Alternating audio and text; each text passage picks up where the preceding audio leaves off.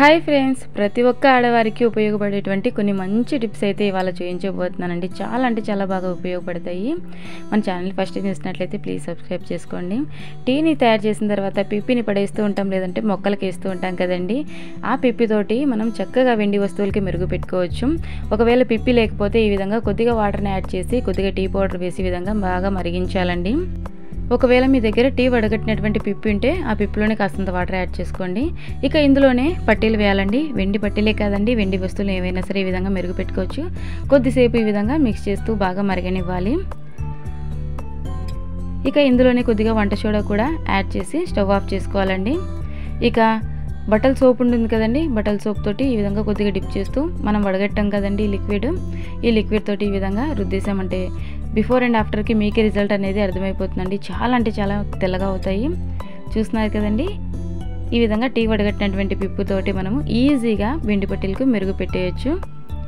ఇక second tip చూసేద్దామండి. ఈ రోజుల్లో చిన్నపిల్లల నుంచి పెద్దవాళ్ళ వరకు ఎదుర్కొంటున్న సమస్య హెయిర్ ఫాల్ అండి.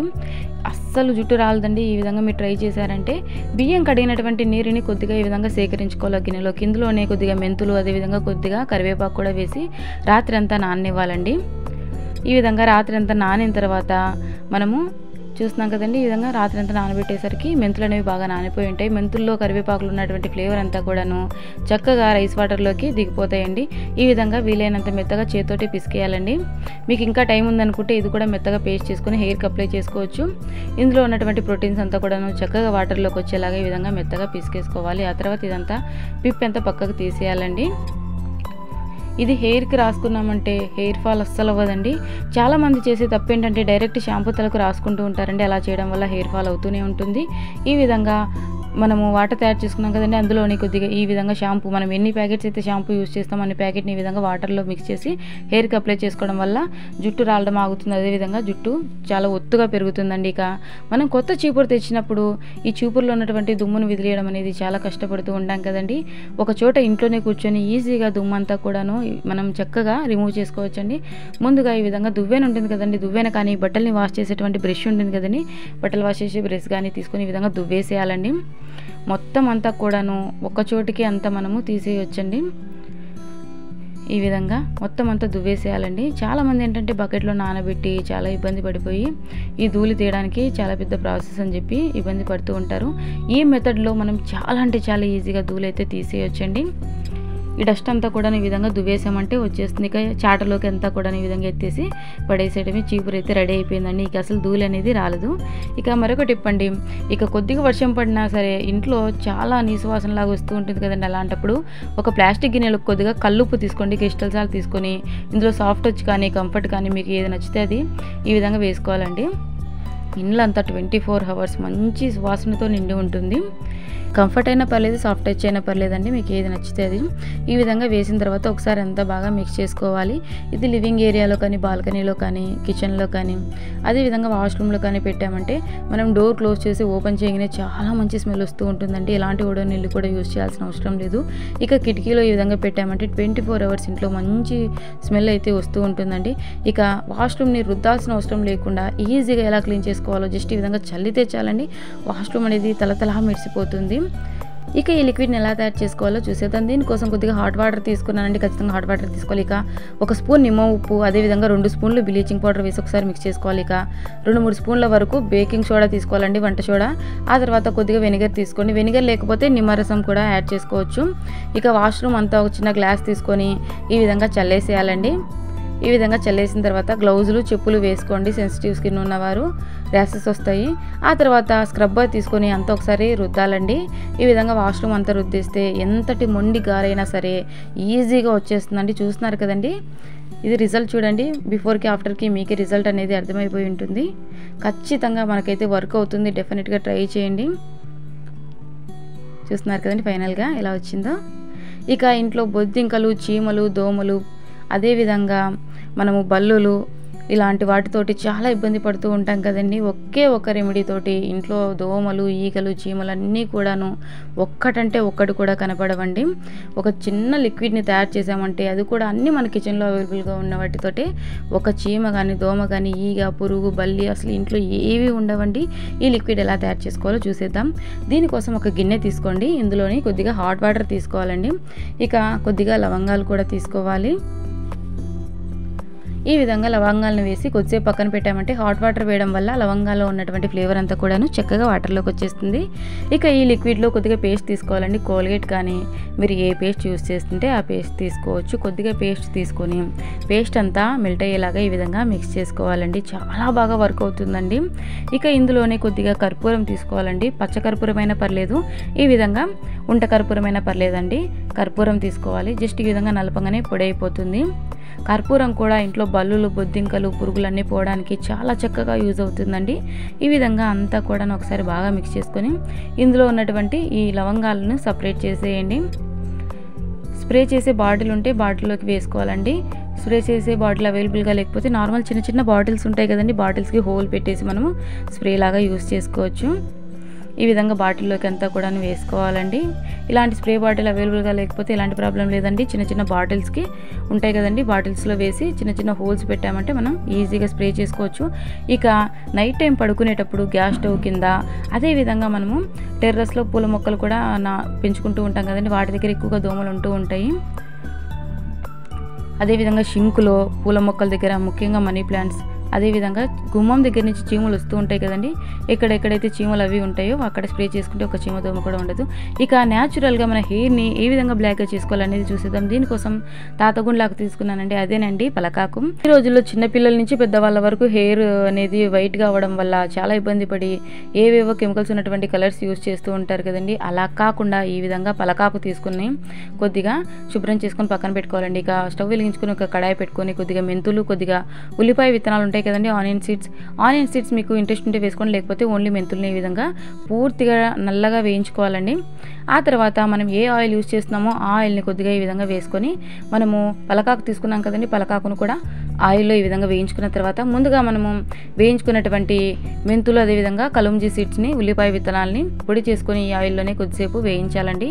జస్ట్ అలా టచ్ చేయగానే బ్లాక్గా అవుతుందండి హెయిర్. ఇది హెయిర్కి అప్లై చేసి 2 hours తర్వాత షాంపూతో తల స్నానం చేయాలి. ఇక సాయంత్రం అయితే చాలండి, ఇంట్లో దోమలు అనేవి ఎక్కువ అయిపోతూ ఉంటాయి. వీటి వల్ల డెంగ్యూ, మలేరియా లాంటి జ్వరాలు రావడమే కాకుండా ఈ జ్వరాలు రావడం వల్ల డబ్బు పరంగా కూడా చాలా నష్టపోతూ ఉంటాం. ఆల్ అవుట్లు, గుడ్ నైట్లు అని చెప్పి మనం యూజ్ చేయడం వల్ల అవి రిలీజ్ చేసేటువంటి కెమికల్స్ వల్ల మనకు రెస్పిరేటరీ ఆర్గాన్స్ అయితే దెబ్బతింటాయండి. వాటిని కొద్దిగా దూరం పెట్టడం అయితే చాలా మంచిది. మనకు ప్రకృతి ప్రసాదించినటువంటి వేపాకుతోటి ఇంట్లో ఒక్క దోమ కూడా లేకుండా మంచిగా మనం హోమ్ రెమెడీ అయితే తయారు చేసుకోవచ్చు. దీనికోసం ముందుగా కొద్దిగా వేపాకు తీసుకున్నానండి. వేపాకు అయితే అందరికీ అవైలబుల్గానే ఉంటుంది, అదే కాకుండా 0 cost.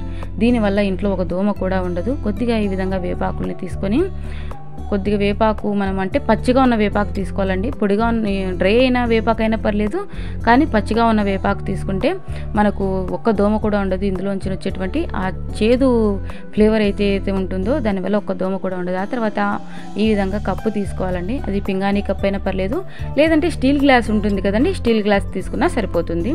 ఇక సాయంత్రం మనం ఎలాగో ధూప్ స్టిక్స్ వెలిగిస్తూ ఉంటాం కదండి, వాటి కింద ఈ విధంగా ప్లేట్స్ లాగా ఉంటాయి కదా, ఒక ప్లేట్ లాంటిది వేసుకోండి. ఇక ఇందులోనే ఒక ధూప్ స్టిక్ని వెలిగించుకోవాలండి. 100% న్యాచురల్ హోమ్ రెమెడీ అండి ఇది. దోమలు పోవడానికి చాలా అంటే చాలా బాగా ఉపయోగపడుతుంది. ఈ విధంగా ఒక ధూప్ కొన్ని తీసుకొని వెలిగించుకోవాలండి. ప్లాస్టిక్ది తీసుకోవద్దండి, స్టీల్ గ్లాస్ అయినా తీసుకోవచ్చు, లేదంటే ఈ విధంగా పింగాణీ గ్లాస్ అయినా తీసుకోవచ్చు. ఇలాంటిది ఒక కోన్ తీసుకొని వెలిగించుకోవాలి. ఈ విధంగా వెలిగించి కప్లో పెట్టుకోండి. మీకు చేయి కాలుతుంది అనుకుంటే స్పూన్ తోటి కూడా నెమ్మదిగా పెట్టేసేయచ్చు. ఆల్ అవుట్లు, గుడ్ నైట్లు యూజ్ చేయడం వల్ల చాలా ఇబ్బంది పడుతూ ఉంటారండి. చిన్నపిల్లలకి మిడ్ నైట్ అయితే చాలండి, వాళ్ళకు శ్వాస అనేది చాలా ఇబ్బంది పడుతూ ఉంటారు. తరచూ జలుబు బారిన పడుతూ ఉంటారండి.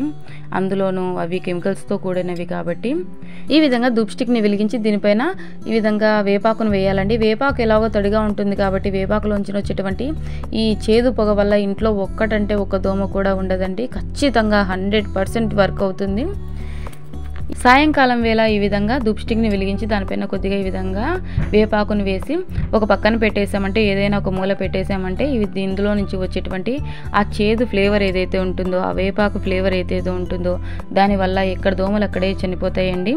ఖచ్చితంగా 100% వర్క్ అవుతుంది. ఇక చిన్నపిల్లల నుంచి పెద్దవాళ్ళ వరకు అందరూ కూడా హెల్తీగా ఉంటారండి.